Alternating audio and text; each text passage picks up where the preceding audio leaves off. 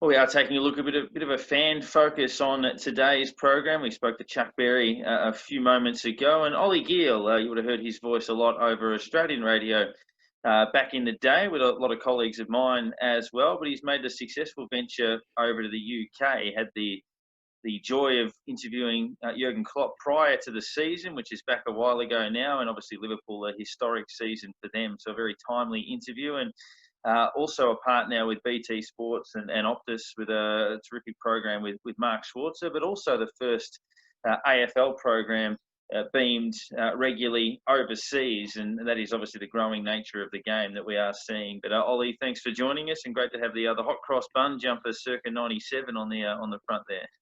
Yes, that's it. No, it's an absolute pleasure. Anything with pure milk on it has my tick of approval. But just while this might not sort of translate for listeners, but I'll just take a quick sip out of my drink bottle, which has my favourite St Kilda Podcast sticker on it. So it's an absolute pleasure to be on, guys. Thanks for coming on, mate. Making waves all around the world, Nick. it's good to we're internationally known these days. That's impressive for our little podcast. Absolutely. No, I remember downloading one of your podcasts and listening to on the tube because obviously once you go underground, you can't connect to Spotify or anything. So downloading that and listening to a bit of Saints news on the underground. So it's a pleasure. So I appreciate you doing this and, leaving guys like me, around the world being able to keep up to date with all things St Kilda. It's awesome. So, Ollie, before we get into your St Kilda fandom, tell us a bit about what you're doing now. You've got the podcast with Mark Schwarzer and as I understand it, the first standalone Australian show on international TV. Tell us about that. Yeah, definitely. So I work with Optus here in London. So we do the podcast, then I go to games and do sort of sideline punditry and things there.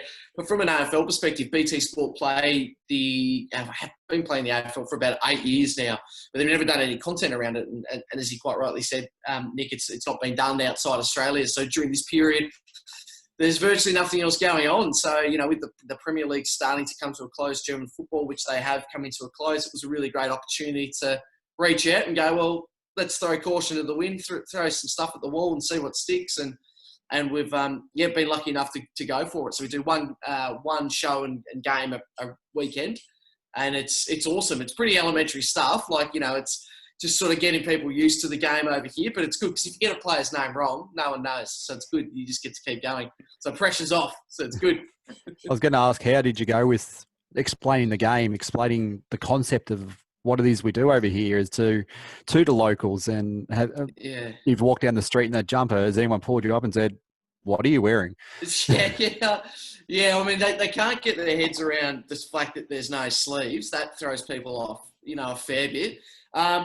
Well, I suppose the hard thing is, the challenge from my perspective is to go, for example, my best mate who lives here has been living in London for 15 years. So you've got people watching that just, have always loved the game and want to, just watch it like they would if you were based in Melbourne or Tassie or Adelaide or wherever. But then you're also trying to promote it to people that have never watched it before. So it's quite a difficult thing trying to walk that line. I think we do it, but you learn every week, because obviously if you're doing it back in Australia, you don't really have to start from the ground up there. You can just there's that assumption that people kind of know what you're talking about. So there is a level of you say, for example, when we were talking about the Hawks going to GMHBA, they go, well, they'll find it very difficult. And of course, we all know why. We understand that there's different dimensions to that ground. But here, football grounds are the exact same size no matter where they are. And so there's little things like that where you can take a little bit of a deep dive and explain as to why that is. I still personally don't understand why that is. I think they should probably all be the same size. I don't really know why, but you let them know. So yeah, that's sort of how we toe that line. Yeah, and obviously now with even the rolling fixture, I mean, over there in England, the Premier League fixture is relatively set. They're jamming games in now towards the end of the season where teams are playing every sort of second or third day. But I would imagine that trying to explain something to English fans about Australian rules football that has never actually happened in Australian rules football before, like fixtures changing and game postponements and stuff like that, would be really difficult as well. Yeah, it's good. I quite like it because obviously I'm a big fan of both codes. But what I've learnt since being here is the Premier League are very traditional. They're very, a bit hoity-toity, nothing changes. So this is obviously, for them, they go, well, what do we do? Like, this is huge. So it's good to see that the AFL are doing their best to just go with the flow. I think we're all pretty much aware of that.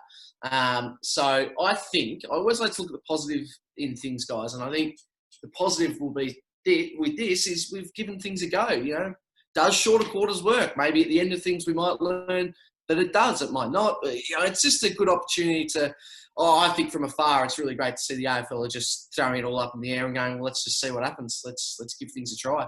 So forgetting the fact that you're in sports media yourself, what's it like being a footy fan overseas? I've travelled a fair bit. I've spent a fair bit of time in London during the footy season, and I used to go to the old Shepherd's Bush walkabout to watch the footy. Sure. Where I don't think it exists anymore from what I've heard. I think it does, mate. Don't worry. I think they've still got your picture up on the wall. Yeah, don't worry about that. Yeah, it's probably unlikely. There's a fair few don't of let him in. me there. No. But what's it like for the average Aussie? You're walking around in London, footy fan. Where do you watch games? How do you do it? Well, so you've got two options. I'm not going to give them too much love, but you can do the Watch AFL app. But then my preferred is BT Sport, obviously. And we show pretty much, I think there's maybe 2 games around that we don't get to watch. So you certainly got a lot of ways to be able to physically watch it in your house. As a fan, I actually really like it because obviously in Australia, being used to watching Premier League, it's frustrating, but there's a charm in staying up late or going out and coming back and watching the 9 p.m. kickoff or the 10 p.m. There's something about it that's quite fun. So here, I quite like on a Saturday morning waking up at 7 a.m., pot of coffee, Baileys, meat pie for breakfast, all those little things. It's great. It's actually really good fun. The one that's a struggle is the grand final because that's on at about 3 a.m., I want to say. And so to be able to, mention Shepherd's Bush there or the Slug and Lettuce, there's some of these places that play the games for finals footy, that can be a bit tough. But for when you're watching it at home, I really enjoy it. Yeah, I like it. So especially being a Suns fan, you get stitched up with a 4:40 on a Sunday, but you get to wake up on a Sunday morning. It's 8 o'clock in the morning. This is actually all right. It's pretty good.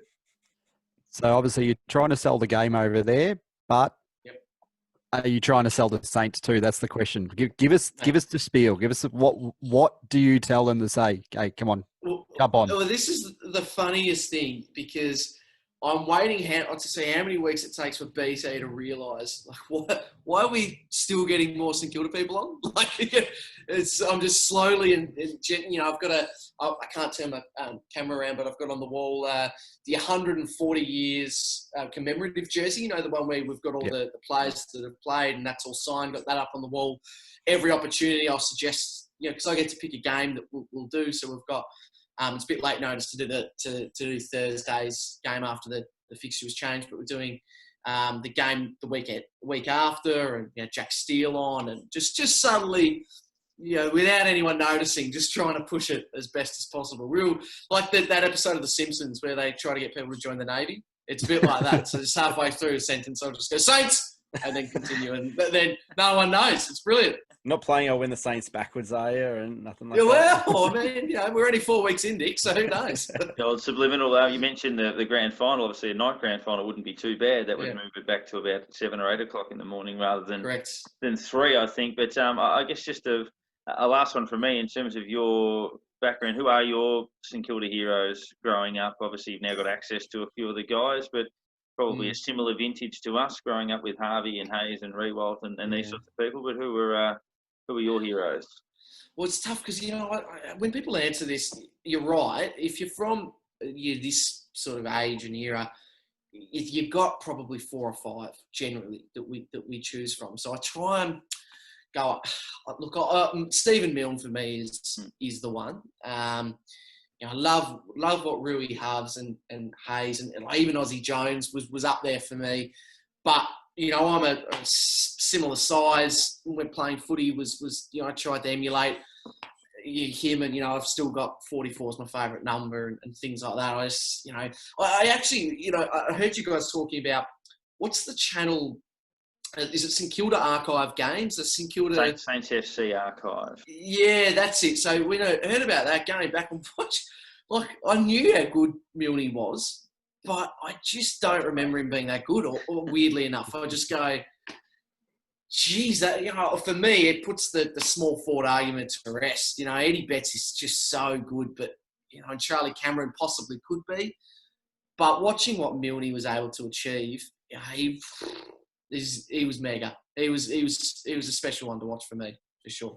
So last one from me, mate. What was it like growing up? Were you always a Saints fan? From what I understand, you spent a bit of time in South Australia and Adelaide.